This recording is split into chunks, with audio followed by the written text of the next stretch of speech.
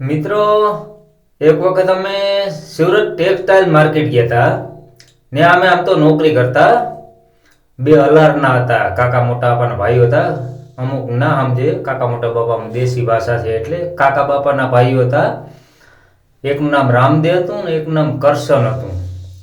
અને કરશન આમ થોડો કોમેડી માણસ હતો અને શેઠનું નામ પોપટભાઈ. અમે ટેક્સટાઇલ માર્કેટ ગયા અને ઘણા માનો ને કે 25 વર્ષ પહેલાની વાત છે, આ હકીકત છે. હવે પોપટભાઈ પણ ઉપાડ લેવા ગયો, ત્યાં બાકીનું ચલણ બહુ હતું. 50,000 રૂપિયા એ સમયમાં રામદેવ માગ્યા પોપટભાઈ પાસે.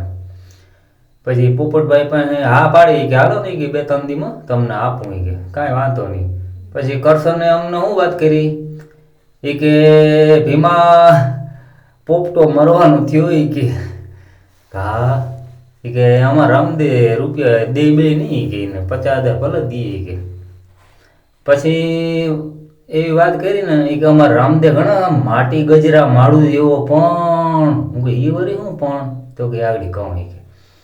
પછી પાછું કીધું કે જો અમારા રામદે ઘણા ગજરા માળું જેવો પણ અકલનું ઝાડો નંબરે. પછી તો દાદ આવ્યા ભાઈ નહીં કે આ પોપટો મરવાનો થયો હોય કે ઉપાડી કે દેવાનો છે કે આ રામદે દે નહીં કોઈનો બાપ આવે ના દે કે.